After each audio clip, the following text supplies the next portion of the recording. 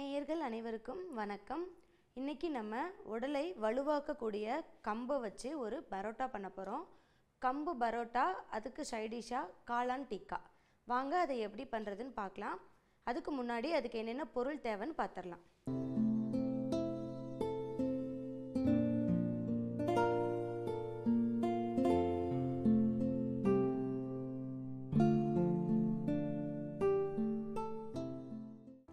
ஊற வச்சு எடுத்த கம்பு 100 கிராம், மைதா மாவு 200 கிராம், டிக்காவுக்கு தேவையான பொருள் காளான் 100 கிராம், இஞ்சி பூண்டு பேஸ்ட்டு 1 டீஸ்பூன், மிளகாய்த்தூள் 1 டீஸ்பூன், கஸ்தூரி மேத்தி 1 டீஸ்பூன், கெட்டி தயிர் 50 கிராம், பட்டை கிராம்பு பிரிஞ்சி இலை சிறிதளவு, எண்ணெய் தேவையான அளவு, கடலை மாவு 2 டீஸ்பூன், கரம் மசாலா 1 டீஸ்பூன், 10 சின்ன வெங்காயம், பச்சை மிளகாய் 2, 5 பாதாம் பருப்பு, நெய் 2 டீஸ்பூன், உப்பு தேவையான அளவு. இப்போ நம்ம கம்பை பேஸ் பண்ணி ஒரு பரோட்டா பண்ண போகிறோம். நீங்கள் இதை கோதுமை மாவுலேயே ரெடி பண்ணிக்கலாம். பட் நான் இன்றைக்கி மைதா மாவு தான் எடுத்திருக்கேன். நல்லா மைதா மாவை சலிச்சு நைஸாக இருக்கிற மாதிரி எடுத்து ஒரு 100 கிராம் அளவுக்கு வச்சுக்கோங்க. அது கூடவே கம்பு நல்லா ஒரு 5 மணி நேரம் ஊற வச்சு தண்ணியை வடித்து எடுத்து வச்சுருக்கேன்.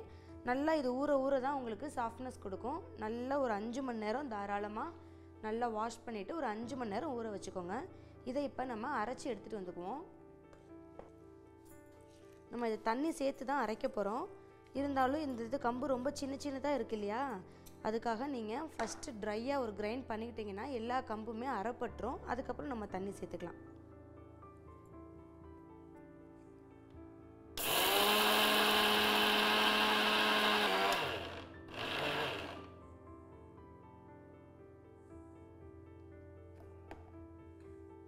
கம்பு பாருங்கள் நல்லா அரைப்பட்டுருச்சு.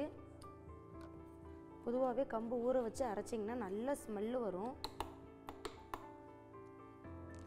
இப்போ எல்லா கம்புமே நல்லா அரைப்பட்டுருச்சு. இப்போ நம்ம தண்ணி சேர்த்துக்கலாம்.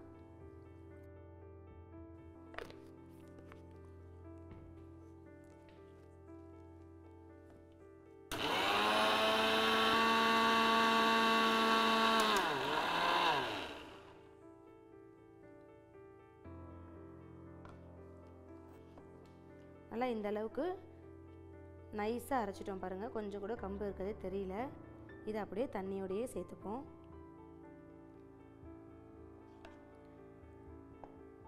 கொஞ்சம் எடுத்து வச்சுக்கலாம். மாவு எவ்வளோ இருக்கோ அதுக்கு தகுந்த மாதிரி வேணும்னா தேவைப்பட்டால் ஊற்றிக்கலாம்.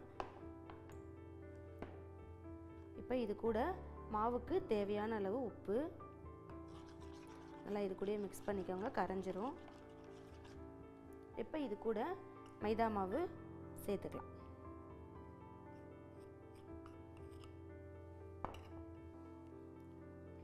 நல்லா இந்த கம்போட மாவுலேயே மேஷ் பண்ணோன்னா கரெக்டான பதம் வந்துடும். நீங்கள் அரைச்ச விழுதில் கொஞ்சம் எடுத்து வச்சுக்கிட்டிங்கன்னா பத்தலைன்னா சேர்த்துக்கலாம். மொத்தமாக சேர்த்துட்டு மாவு போட்டிங்கன்னா ரொம்ப லூஸ் ஆகிடுச்சுன்னா அப்புறம் உங்களுக்கு மாவு பத்தாமல் போயிடும். ஸோ அதனால் ரெண்டையுமே கொஞ்சம் நிப்பாட்டி வச்சுக்கோங்க. மைதா மாவும் ஒரு 2 டீஸ்பூன் எடுத்து வச்சுக்கோங்க. நம்ம அரைச்ச கம்பு விழுதையும் கொஞ்சம் நிப்பாட்டி வச்சுக்கோங்க.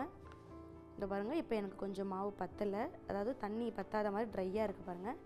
இப்போ நம்ம இந்த அரைச்சி வச்சுருக்க கம்பு மாவை இது கூட சேர்த்துக்கலாம். மைதா மாவுன்றனால உங்களுக்கு கொஞ்சம் லப்பர் பதம் வரதான் செய்யும். ஸோ நல்லா நீங்கள் மேஷ் பண்ணி பிணைஞ்சிக்கிட்டிங்கன்னா நல்லாயிருக்கும். நம்ம நார்மலாக வெளியில் கடையில் வாங்கி கொடுக்குற பரோட்டாக்கும் வீட்லேயும் சிலர் செய்வாங்க. ஸோ நம்ம இந்த மாதிரி சிறுதானியம் ஒவ்வொன்றும் கூட சேர்த்துக்கும் போது நமக்கு கொஞ்சம் ஹெல்த்தியாக சாப்பிட்ட ஃபீல் கிடைக்கும். வீட்லேயும் பசங்களுக்கோ வீட்டில் இருக்க பெரியவங்களுக்கோ சிறுதானியம் ரொம்ப ஒரு இம்பார்ட்டண்டான ஒரு விஷயம். அது இந்த காலகட்டத்தில் நம்ம நிறைய ஒரு பிரச்சனைகளெல்லாம் சந்திக்கிறோம் உடல் ரீதியாக. ஸோ டெய்லி ஒரு சிறுதானியம் எடுத்துக்கோங்க, அது ரொம்ப நல்லது. பாருங்கள், சூப்பராக மாவு ரெடி ஆகிடுச்சு. கொஞ்சம் கூட கையில் ஒட்டலை பாருங்கள்.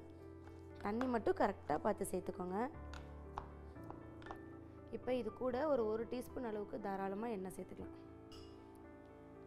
பரோட்டா கொஞ்சம் எண்ணெயாக தான் இருக்கும். ஸோ நீங்கள் மாவு கூடயே நல்லா பிணைஞ்சிட்டிங்கன்னா கொஞ்சம் ஊறிடும்.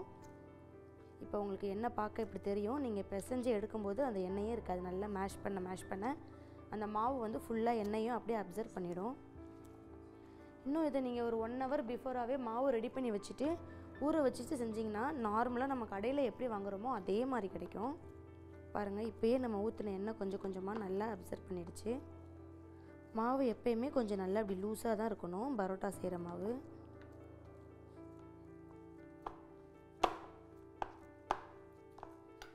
நீங்கள் பெசரி எடுக்கும்போது அது உங்களுக்கு ஆட்டோமேட்டிக்காக நல்லா கொஞ்சம் லூஸாக வந்துடும். அவ்வளோதான், நம்ம கம்பு பரோட்டா மாவு பாருங்கள் சூப்பராக ரெடி ஆகிடுச்சு. இது ஒரு 10 மினிட்ஸ் அவ்வளோக்கு ஊறட்டும். அடுத்த ப்ராசஸ் என்னன்னு பார்ப்போம். காளான் டிக்கா எப்படி பண்ணுறதுன்னு பார்க்கலாம். கடாயில் ஒரு ஃபுல் டீஸ்பூன் அளவுக்கு நெய் சேர்த்துக்கோங்க. இந்த நெய் கூடயே கடலை மாவு 1 டீஸ்பூன் அளவுக்கு சேர்த்துக்கணும். ஃபுல்லாக 1 டீஸ்பூன் அளவுக்கு சேர்த்துக்கணும். இந்த நெய்யிலேயே அது வறுபடணும். இது கூட கொஞ்சமாக எண்ணெய். இதே ஃபார்மேட்டில் நீங்கள் சிக்கனும் செய்யலாம். நான்வெஜ் சாப்பிட்றவங்களா இருந்தால் சிக்கன் மட்டன் ரெண்டுமே இதே ஃபார்மேட்லேயே செய்யலாம். நான் இன்றைக்கி காளான் போடுறேன். இந்த மாவு வந்து நல்லா பொரியணும். பாருங்கள் நல்லா பொரிஞ்சிருச்சு. இது கூட காஷ்மீர் மிளகாத்தூள், நல்லா ஒரு காரம் தனி மிளகாத்தூள்னு சொல்கிறோம்ல அதுலேயே காஷ்மீர் மிளகாத்தூள். ஸோ நல்லா ஒரு டீஸ்பூன் அளவுக்கு சேர்த்துக்கலாம். காரமும் நல்லாயிருக்கும், இதில் கலரும் நல்லாயிருக்கும். இப்போ இதில் நம்ம வேறு எதுவுமே சேர்க்கலை. கடலை மாவு, மிளகாத்தூள், நெய், எண்ணெய் அவ்வளோதான் போட்டிருக்கோம். கொஞ்சம் டீப் ஃப்ரை ஆகிற மாதிரி அந்த பச்சை வாசனை மட்டும் போகட்டும்.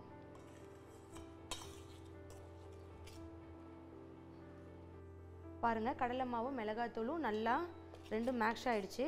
இது அப்படியே ஓரமாக எடுத்து வச்சுப்போம். இப்போ இன்னொரு கடாயை நல்லா ஹீட் படுத்திக்கிட்டோம். இதில் ஒரு டீஸ்பூன் அளவுக்கு கொஞ்சமாக எண்ணெய் சேர்த்துக்கலாம்.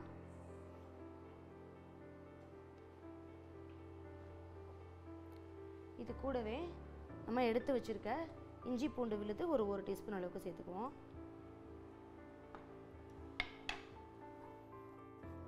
எண்ணெயில் இது நல்லா மிக்ஸ் ஆகட்டும். இஞ்சி பூண்டு போட்டால் டக்குன்னு அடி பிடிச்சிரும், அதனால் கொஞ்சம் கிண்டிகிட்டே இருங்க. அது பச்சை வாசனை நல்லா போகட்டும். நல்லா வதங்கிட்டு இப்போ இந்த இஞ்சி பூண்டு பேஸ்ட்டு கூட நம்ம எடுத்து வச்சுருக்க சின்ன வெங்காயத்தை சேர்க்க போகிறோம்.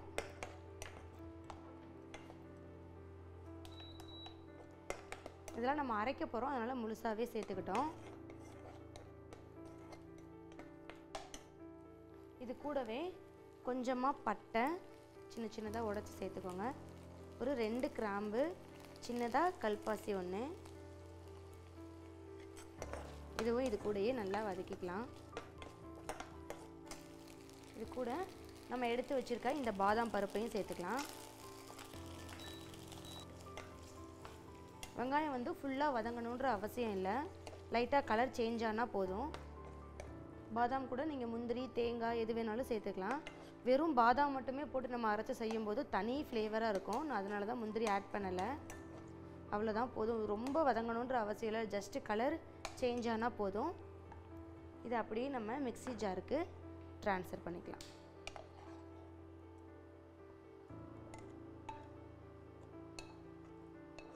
இப்போ கடாயை ஆஃப் பண்ணிக்கோங்க. இதே கடாயிலேயே இந்த லைட்டாக கடாய் எப்படி சூடாக இருக்கும் அந்த சூடு இருந்தாலே போதும். நம்ம புளிக்காமல் எடுத்து வச்சுருக்க கெட்டி தயிரை இதில் சேர்த்துக்கலாம். நான் அடுப்பு ஆஃப் பண்ணிட்டேன். இந்த ப்ராசஸ் வந்து அடுப்பு ஆஃப் பண்ணிட்டு தான் செய்யணும். இது கூட மஞ்சத்தூள் 1/4 டீஸ்பூன், மல்லித்தூள் 1/2 டீஸ்பூன், கஸ்தூரி மேத்தி கொஞ்சமாக நம்ம கையில் போட்டு கசக்கி போட்டுக்கலாம். அப்போ தான் ஃப்ளேவர் நல்லாயிருக்கும். ஒரு டீஸ்பூன் அளவுக்கு எடுத்து நல்லா கையை அப்படி நல்லா கசக்கி போட்டிங்கன்னா அது ஃப்ளேவர் அப்போ தான் கரெக்டாக கிடைக்கும். இதை ஃபுல்லாக மிக்ஸ் பண்ணிக்கோங்க. இந்த கடாயில் இருக்க ஹீட்லேயே அந்த தயிர் வந்து கொஞ்சம் மெல்ட் ஆகிக்கும். நம்ம தயிர் சூடு பண்ணோன்னா கொஞ்சம் தண்ணி ஆகிடும், தெரிஞ்ச மாதிரி ஆகிடும். அதனால் அடுப்பை ஆஃப் பண்ணிட்டு தான் இந்த ப்ராசஸ் பண்ணணும். நம்ம போட்டிருக்க இந்த மசாலா தூள் எல்லாமே மிக்ஸ் ஆகட்டும். மிளகாத்தூள் வந்து நம்ம கடலை மாவோடு மிக்ஸ் பண்ணிட்டோம். கரம் மசாலா மட்டும் தான் போடலை, அதனால் இப்போ மிளகாத்தூள் ஸ்கிப் பண்ணிவிட்டு கரம் மசாலா 1 டீஸ்பூன் அளவுக்கு சேர்த்துக்கோங்க. கரம் மசாலா போட்டிங்கன்னா ஃப்ளேவர் நல்லாயிருக்கும். நம்ம பட்டை கிராம்பு வேறு அரைக்கிறதுக்கும் போட்டிருக்கோம், அதனால் இதில் ஒரு டீஸ்பூன் அளவுக்கு போட்டால் போதும். அவ்வளோதான். நம்ம போட்ட தயிர் கூட பாருங்கள், நம்ம போட்ட மசாலா தூள் எல்லாமே நல்லா மிக்ஸ் ஆகிடுச்சு. இப்போ இந்த தயிர் மிக்ஸ் பண்ணி வச்சுருக்கோம் பார்த்திங்களா, இது கூட நம்ம ரெடி பண்ணி வச்சுருக்க இந்த கடலை மாவு மிளகாத்தூளை இது கூடயே சேர்க்க போகிறோம். இந்த ப்ராசஸ் எல்லாமே அடுப்பை அணைச்சிட்டு தான் நான் பண்ணுறேன்.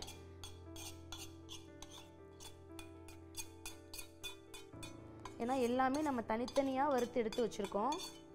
அதனால் நம்ம இது கூட காளானை டிப் பண்ணி கொஞ்சம் ஊற வைக்க போகிறோம். ஸோ அதனால் அடுப்பை நல்லா அணைச்சிட்டு அந்த கடாய் ஹீட்லேயே இது நடந்தால் போதும். இந்த தயிர் மிக்ஸோட இந்த கடலை மாவு மிக்ஸு நல்லா மேஷ் ஆகி மிக்ஸ் ஆகட்டும். அவ்வளோதான், ஒரு திக்கான பேட்டம் நமக்கு ரெடி ஆகிடுச்சு பாருங்கள். இப்போ இதில் நம்ம கொஞ்சமாக உப்பு சேர்த்துக்கலாம். நம்ம மாவுக்கு மட்டும் தான் தனியாக உப்பு எடுத்துருக்கோம். இது டிக்காவுக்கு தேவையான உப்பு. இது கூட காளானை ஆட் பண்ணிக்குவோம். இந்த மசாலாவில் இந்த காளான் நல்லா ஊறணும். கொஞ்சம் கூட தண்ணியாக இருக்கக்கூடாது. நீங்கள் பார்த்தாலே உங்களுக்கு தெரியும், ரொம்ப திக்காக தான் நான் வச்சுருக்கேன். எடுத்து நம்ம இப்படி போடும்போது தனியாக வரணும். தண்ணியே இதில் சுத்தமாக நான் சேர்க்கலை. முக்கியமாக கவனிக்க வேண்டிய விஷயம், தண்ணி சேர்த்திங்கன்னா டேஸ்ட்டே போயிடும். இப்போ இது கொஞ்சம் நேரம் ஊறட்டும். நம்ம பரோட்டா போட்டு எடுத்துகிட்டு வந்துடுவோம். அதுக்கப்புறம் இது ஃபைனல் டச் பார்க்கலாம். நம்ம காளான் நல்லா ஊற வச்சுருக்கோம். அது கொஞ்சம் ஆறட்டும். நம்ம வதக்கி எடுத்தோம் இல்லையா, இந்த வெங்காயம், பாதாம் பருப்பு, இஞ்சி பூண்டு பேஸ்ட்டு, இதை வந்து நம்ம அரைச்சி எடுத்துகிட்டு வந்துடுவோம்.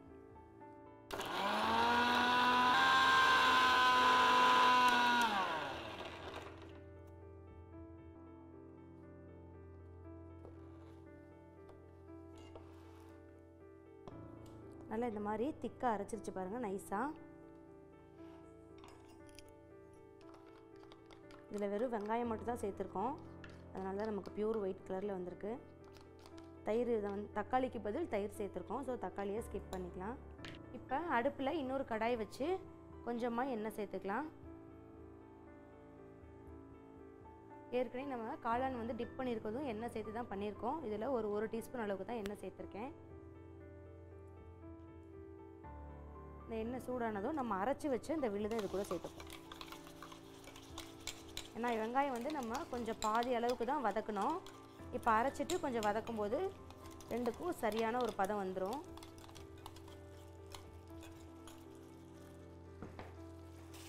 பாதாம் பருப்பு போட்டிருக்கனால அடியில் கொஞ்சம் பிடிக்கும். கைவிடாமல் கிளறிக்கலாம். ரொம்ப வதக்கணுன்ற அவசியம் இல்லை. நம்ம ஏற்கனவே வதக்கியிருக்கோம் வெங்காயம். ஒரு டிஃப்ரெண்ட்டான ரெசிபியாக இருக்கும் இந்த காளான் டிக்கா. டேஸ்ட்டும் அதுக்கு தகுந்த மாதிரி சூப்பராக இருக்கும். ஜஸ்ட்டு எப்பயும் ஒரே ஸ்டைலில் செய்யாமல் கொஞ்சம் டிஃப்ரெண்ட்டாக செஞ்சோன்னா ரொம்ப விரும்பி சாப்பிடுவாங்க வீட்டில் இருக்கவங்க. பாருங்கள், வெங்காயத்தில் இருக்க ஈரப்பதம்லாம் போயிடுச்சு. நம்ம அந்த பேஸ்ட்டு போடும்போது ரொம்ப தண்ணியாக இருந்துச்சு. இப்போ நல்லா திக்காயிடுச்சு பாருங்கள். அப்போ அந்த வெங்காயத்தில் இருக்க ஈரப்பதம்லாம் எடுத்து நல்லா வதங்கிடுச்சு.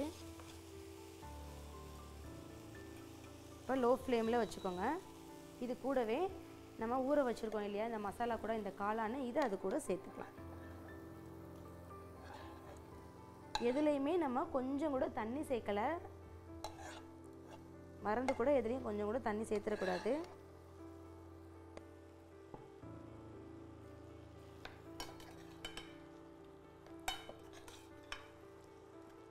இந்த வெங்காய பேஸ்ட்டோடு இது நல்லா மிங்கிள் ஆகட்டும். நல்லா ஒரு க்ரீமி பதத்துக்கு வரணும். பொதுவாக காளான் நல்லா வேக வேக அதிலிருந்தே கொஞ்சம் தண்ணி வெளியில் வரும். ஸோ அதனால் அந்த தண்ணி பதமே இதுக்கு போதும். அவ்வளோதான், நம்ம வெங்காய பேஸ்ட்டு, இந்த கடலை மாவு எல்லாமே ஒன்றா மிங்கிள் ஆகிடுச்சு. இது கொஞ்சம் ஒரு 5 மினிட்ஸ் அளவுக்கு குக் ஆகட்டும். அப்புறம் எப்படி வந்திருக்குன்னு பார்க்கலாம். இப்போ நம்ம இந்த காளான் வந்து ஒரு 5 மினிட்ஸ் அளவுக்கு நல்லா குக் ஆகிடுச்சு. எப்படி வந்திருக்குன்னு பார்க்கலாம்.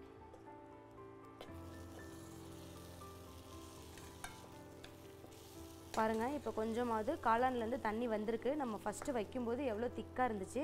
இப்போ பாருங்கள், கொஞ்சம் லூஸாக இருக்குது. இன்னும் கொஞ்சம் நேரம் குக் ஆகட்டும். நல்லா லோ ஃப்ளேம்லேயே பண்ணுங்கள். ஹையில் வச்சிங்கன்னா அடி பிடிச்சிக்கும். இப்போ இது கொஞ்சம் நேரம் குக் ஆகட்டும். அதுக்குள்ளே நம்ம பரோட்டா எப்படி திரட்டுறதுன்னு பார்த்துட்டு வந்துடலாம்.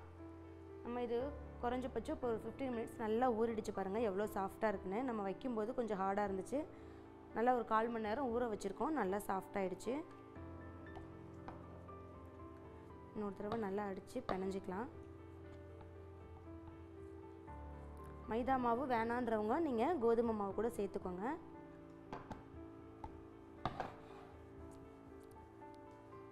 நல்லா ஒரு போர்ஷன் வந்து நல்லா பெருசாக எடுத்துக்கோங்க.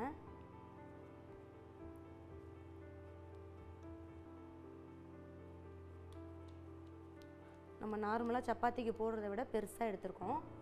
2 போர்ஷனாக எடுத்திருக்கேன். மொத்தம் 150 கிராம் மாவு போட்டிருக்கோம். நம்ம இதில் கொஞ்சமாக எண்ணெய் சேர்த்துக்கலாம். அப்போ தான் உங்களுக்கு கல்லில் ஒட்டாமல் வரும்.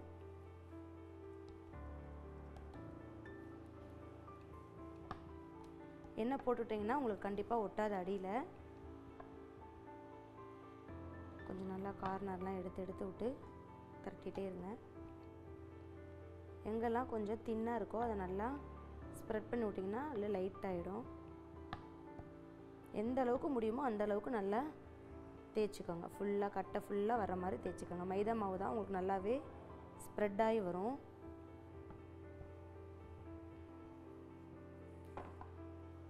இப்போ நம்ம இந்த மாதிரி ஒரு ஸ்பூன் வச்சு கொஞ்சம் லேயர் போட்டுக்கலாம். லேயர் இருந்தால் தான் நல்லாயிருக்கும்.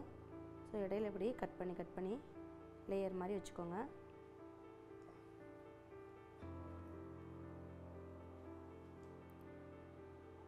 கேப் கொஞ்சம் கொஞ்சமாக விடுங்க. அப்போ தான் நம்ம மறுபடியும் திரட்டும் போது அந்த பரோட்டா வெந்து எடுத்திங்கன்னா அந்த ஷேப் நல்லா கரெக்டாக கிடைக்கும் நமக்கு.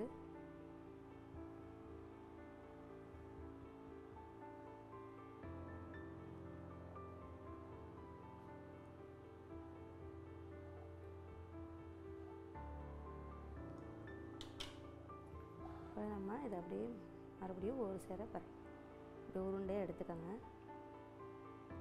அந்த லேயர் கரெக்டாக வர்ற மாதிரி எடுத்து வச்சுக்கலாம். கொஞ்சம் ஒட்டுச்சுன்னா பயப்பட வேண்டாம், நம்ம மறுபடியும் தேய்க்க தான் போகிறோம். ஸோ அதனால் நல்லா இப்படி எடுத்துக்கோங்க.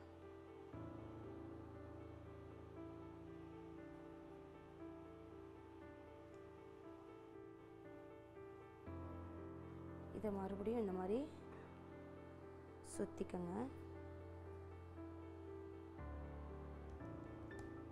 இதை லைட்டாக ஒரு 2-3 ப்ரெஷ் மட்டும் பண்ணுங்கள், போதும். திருப்பக்கூடாது, ஒரே சைடு போடுங்க. இது வெந்து வரும்போது உங்களுக்கு அழகாக அந்த லேயர் வந்துடும்.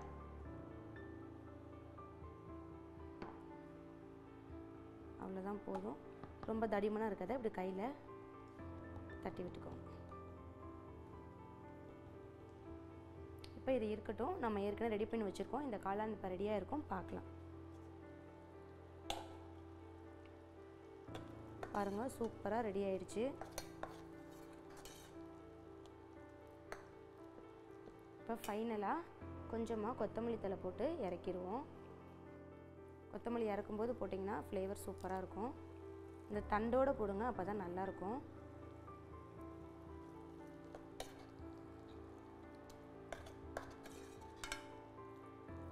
அவ்வளோதான், நம்ம காளான் டிக்கா ரெடி ஆகிடுச்சு. இப்போ இதை இறக்கி வச்சுக்கலாம். தவா நல்லா ஹீட் ஆகட்டும். நம்ம திரட்டி வச்சுருக்க இந்த பரோட்டாவை போட்டு எடுத்துக்கலாம். இந்த கம்போட ஸ்மெல்லு வந்து நம்ம பரோட்டா அதாவது வேகும்போது நல்லா ஹெவியாக இருக்கும். சாப்பிடும்போது உங்களுக்கு ரொம்ப டேஸ்ட்டாக இருக்கும், விரும்பி சாப்பிடுவாங்க. இதை நம்ம மெதுவாக எடுத்து தவாவில் போட்டுக்கலாம். கொஞ்சம் எங்கே உங்களுக்கு தடிமனாக தெரியுதோ அது நல்லா கையிலேன்னு மேஷ் பண்ணிவிடுங்க. ஏன்னா பொதுவாக வந்து மாவு கொஞ்சம் நம்ம லப்பர் மாதிரி தான் வரும், மைதா மாவு.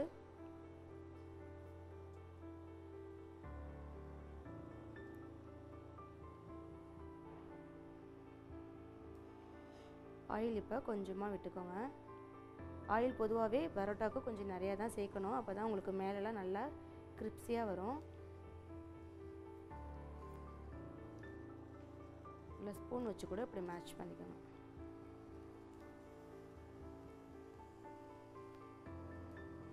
ஸோ நம்ம வெறும் மைதா சாப்பிட்ற பரோட்டாவோட இப்படி சாப்பிடும்போது உங்களுக்கு கொஞ்சம் ஹெல்த்தியாக சாப்பிட்டோம் அப்படின்ற ஒரு திருப்தி இருக்கும்.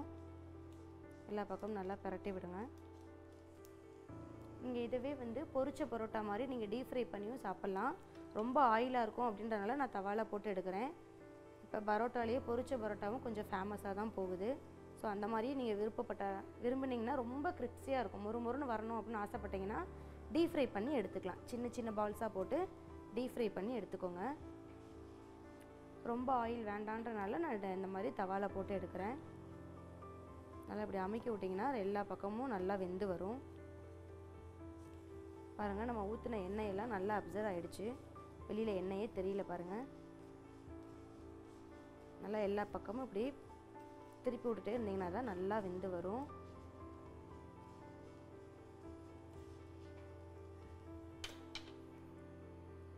இன்னும் கொஞ்சம் எண்ணெய் சேர்த்துக்கலாம்.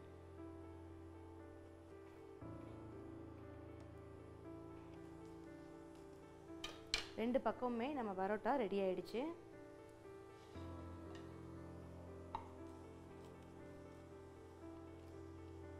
இப்போ இதை பிளேட்டுக்கு ட்ரான்ஸ்ஃபர் பண்ணிக்கலாம்.